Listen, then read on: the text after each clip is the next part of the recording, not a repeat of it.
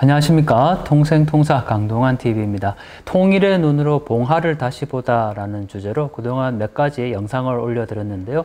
이번에 통일의 눈으로 봉화를 다시 보다라는 제목으로 책을 발간하게 되었습니다. 바로 이 책인데요. 많은 분들이 봉화라고 하면 고 노무현 대통령이 있는 경남 봉화마을을 생각하시는데 여기는 경남 봉화가 아니고 바로 경북 봉화군을 이야기를 합니다.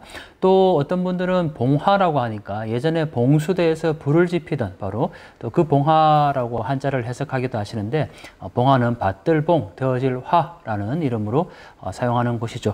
이 통일의 눈으로 봉화를 다시 보다라는 책, 봉화가 통일과 관련된 장소들이 있을까 많이 생각하시는데요. 먼저 봉화의 지도를 한번 보면요. 봉화는 바로 강원도와 경상도의 경계 지점에 있는 곳이죠. 바로 이 봉화 지역의 약 25군데의 장소들을 통일의 눈으로 재해석한 책이 바로 이번에 발간한 책의 내용입니다. 봉화에서 가장 의미 있다고 생각되는 지역은 국립백두대간 수목원입니다. 백두대간은 백두산에서부터 출발해서 금강산을 지나 남쪽 지리산까지 흐르는 한반도의 줄기를 의미하는 거죠. 바로 우리가 표하는 호랑이의 모습을 닮았다라고 얘기하는 그 대간, 백두대간인데 그 백두대간 수목원이 바로 이 봉화에 있습니다. 그리고 여기에는 놀랍게도 백두산 호랑이가 있는데요. 이게 실제로 제가 촬영한 백두산 호랑이의 모습입니다. 이곳은 축구장 약 40개의 크기로 형성된 시설인데 실제로 백두산 호랑이의 종보존을 위해서 자연 서식지 그대로를 만들어 놓은 것입니다. 물론 일반인들에게도 관람이 가능한 시설인데 이렇게 백두산 호랑이를 직접 만나볼 수 있는 곳이 국립백두대간 수목원이죠. 그리고 이 백두대간 수목원 안에는 시드볼트라고 하는 생소한 이름이긴 하지만 이런 시설이 있습니다. 인류가 어떤 재난이 발생했을 때 종자를 보관할 수 있는 시설로 전 세계 2군데밖에 없고 아시아권에서는 최초의 시설이라고 할 수가 있는데 그게 바로 이 국립백두대간 수목원에 있죠. 그리고 이곳은 금강송 군락지가 또 형성이 되어 있습니다. 금강송은 춘향모옥이라고도 불리는데 춘향역 기차역에서 예전에 이 금강송을 운반했다고 해서 춘향모옥이라는 이름으로 불리기도 했죠. 또 잘 알려지지 않은 곳인데 협곡열차가 있습니다. 기차를 타면 바로 이런 모습으로 갈 수가 있는데요. 이곳은 예전에 영암선 기차, 지금은 영동선인데 이쪽 지역에 광산이 있다 보니까 특히 한국 경제 성장의 주역이 됐던 이 텅스텐, 중석이라고 얘기하는데 이것을 운반하기 위해 철길이 놓여져 있습니다. 6.25 전쟁 당시에 잠시 중단됐다가 전쟁이 끝나고 나서 완전하게 개통이 됐는데요. 그런 기차를 지금 협곡열차라고 해서 관광열차로 운영을 하고 있습니다. 이건 친환경열차라서요. 여름에 에어컨, 겨울에는 히터가 없이 겨울에는 하몽열차를 떼고 또 여름에는 통유리창으로 되어 있어서 자연의 바람을 느끼면서 갈 수 있는 그런 기차죠. 마치 스위스 알프스 산맥의 협곡열차를 연상하는 듯한 아주 운치 있는 기차를 또 만나볼 수가 있고요. 그리고 기적이라는 영화가 얼마 전에 개봉을 했었는데요. 그 기적의 배경지가 됐던 곳이 바로 이 양원역이죠. 양원역도 이 책에서 내용을 담고 있습니다.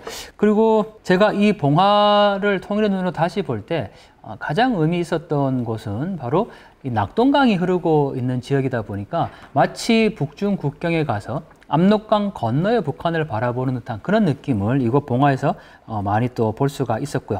또 봉화에는 충효당이라는 곳이 있는데요. 이 화산 이씨가 베트남 왕조에서부터 비롯된 것인데 바로 그 항해도 옹진에 들어왔던 그 화산 이씨의 시조가 이 경북 봉화에까지 연결되는 것도 확인할 수가 있습니다.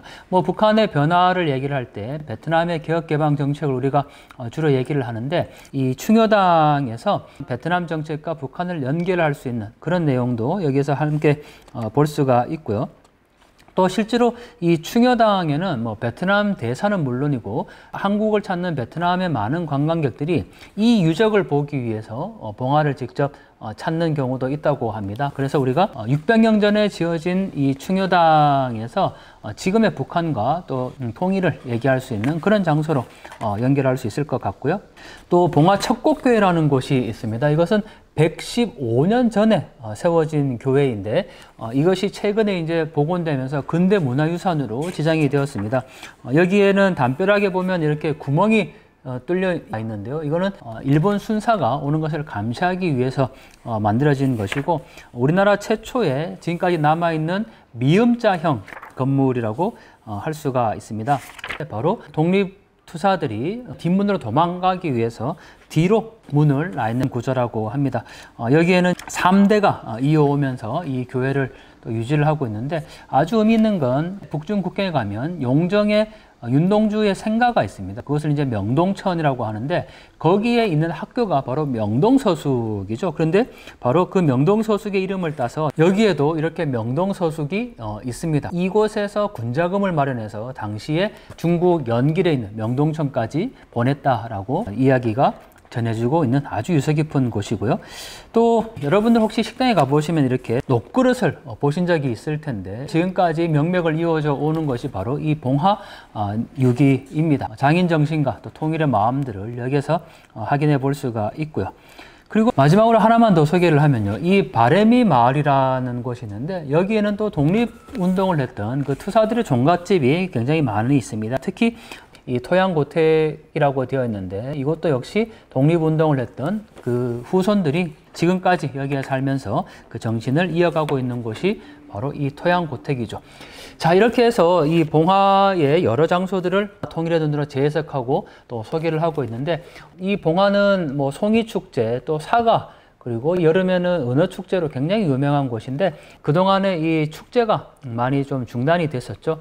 이제 코로나가 좀 풀리고 이제 길이 열려지게 되면 많은 분들이 이 봉화를 찾을 텐데요. 지금까지와는 좀 다르게 통일의 시각으로 이 봉화의 곳곳을 한번 둘러보는 것도 의미가 있을 것 같습니다. 다가오는 여름 휴가 아직 계획한 곳이 없다면 봉화로 이 통일 감성 여행을 한번 떠나보는 건 어떨런지요.